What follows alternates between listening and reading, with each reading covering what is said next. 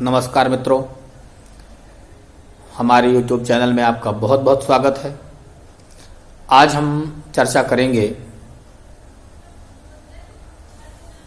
एक ऐसे चमत्कारिक पाठ के बारे में जिसके करने से सभी प्रकार की मनोकामनाएं पूर्ण हो जाती हैं। समस्या चाहे जिस प्रकार की हो, घरेलू हो, सामाजिक हो, आर्थिक हो अथवा राजनैतिक हो, हर प्रकार की समस्याओं का समाधान इस पाठ के करने से हो जाता है। जिन लोगों को संतान की प्राप्ति नहीं हो रही है और संतान प्राप्ति के लिए परेशान है, काफी समय निकल गया लेकिन अभी तक संतान प्राप्ति नहीं हुई, किसी किसी को विवाह उपरांत शीघ्र संतान की प्राप्ति हो जाती है और किसी किसी को काफी वक्त निकल जाता है लेकिन संतान की प्राप्ति नहीं हो पाती है। तो अगर विवाह कार्य हुए काफी समय व्यतीत हो गया और संतान की प्राप्ति अभी तक नहीं हुई है, तो वो इस पाठ को यदि संपन्न करवाते हैं तो निश्चय से ही उनकी मनोकामना पूर्ण होगी, इसमें कोई संदेह नहीं है।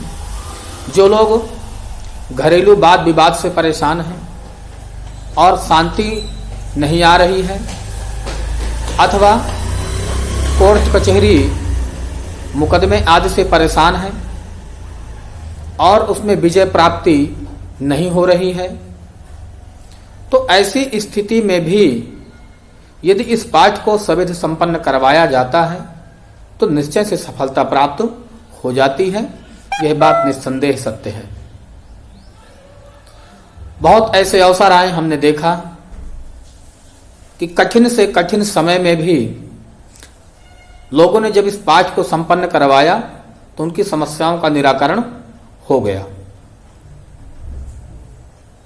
यदि आर्थिक रूप से परेशान है अथवा घर में कोई गंभीर बीमारी है, डॉक्टरों के द्वारा इलाज करवाते करवाते परेशान हो गए लेकिन उस समस्या से, उस बीमारी का निदान अभी तक नहीं हो पाया, तो ऐसी स्थिति में भी यदि इस पाठ को संपन्न करवाया जाता है तो उस समस्या का समाधान हो जाता है। वह जो भी रोग बाधा बीमारी आदि है वह ठीक हो जाती है और व्यक्ति स्वस्थ महसूस करता है। तो वह पाठ कौन सा है और उसके करने की विधि क्या है, इस विषय पे चर्चा करते हैं। वह पाठ है महर्षि वाल्मीकि द्वारा रचित वाल्मीकि रामायण के अंतर्गत आने वाला सुंदरकांड। जो वाल्मीकि रामायण का सुंदरकांड है बहुत ही महत्वपूर्ण और बहुत ही चमत्कारिक पाठ है। उस पाठ को किसी भी समस्या के समाधान के लिए जब आप करते हैं तो उस समस्या का समाधान निश्चित तौर पर हो जाता है। यदि आपके घर में वाल्मीकि रामायण उपलब्ध है तो अलग से लेने की आवश्यकता नहीं है। यदि घर में श्री वाल्मीकि रामायण उपलब्ध नहीं है तो फिर आप अपने किसी भी पुस्तकालय से गोरखपुर द्वारा प्रकाशित महर्षि वाल्मीकि द्वारा रचित सुंदरकांड को वहां से ले लें और उस सुंदरकांड को किसी भी योग्य ब्राह्मण के द्वारा संपन्न करवाएं। यदि स्वयं करने में समर्थ हैं तो नियम से, संयम से, पूर्ण ब्रह्मचर्य के साथ इस पाठ को संपन्न करें और यदि स्वयं समर्थ नहीं है तो आप किसी योग्य ब्राह्मण के द्वारा इस पाठ को संपन्न करवा सकते हैं।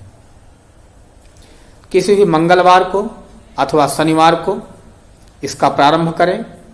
यदि शुभ मुहूर्त है तो बहुत अच्छा है।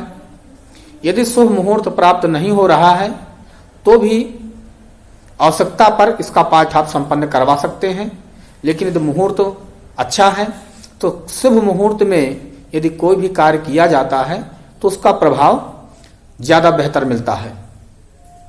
जब कोई भी पाठ संपन्न किया जाता है, कोई भी पूजा संपन्न की जाती है, जब कोई भी अनुष्ठान किया जाता है तो मुहूर्त का बहुत बड़ा महत्व होता है।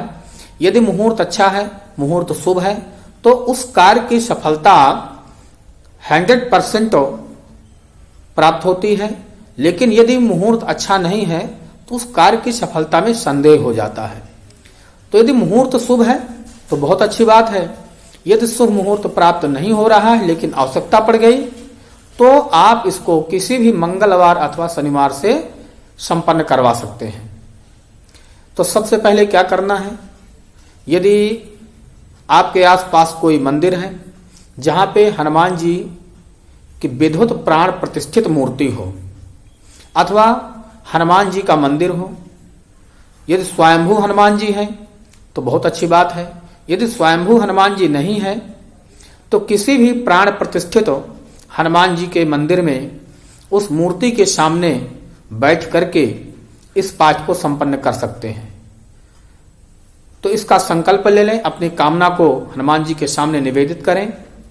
जिस कामना की पूर्ति के लिए आप इस पाठ को संपन्न करवाने जा रहे हैं, उस कामना को हनुमान जी के सामने संकल्पबद्ध होकर के उसका निवेदन करें और उस कामना की पूर्ति की हनुमान जी से प्रार्थना करें। फिर हनुमान जी का विधिवत पूजन करें और आपका जब तक यह पाठ चलता रहे तब तक घी का दीपक जलता रहे। इसके पश्चात सुंदर आसन डाल करके हनुमान जी का, राम जी का, हनुमान जी का ध्यान करके और फिर इस पाठ को संपन्न करें। यदि समस्या ज्यादा जटिल है तो कम से कम 21 आवृत्ति इसकी करें, और यदि समस्या साधारण है तो 11 आवृत्ति ही इसकी पर्याप्त होती है। तो कम से कम 11 पाठ अथवा 21 पाठ इस सुंदर कांड के करवाएं। निश्चय ही आपकी जो भी मनोकामना है, जो भी समस्या है, उस समस्या का निदान होगा। क्योंकि हनुमान जी एक ऐसे देवता हैं जो प्रत्यक्ष हैं और अपने भक्तों की अति शीघ्र मनोकामना पूर्ण करते हैं।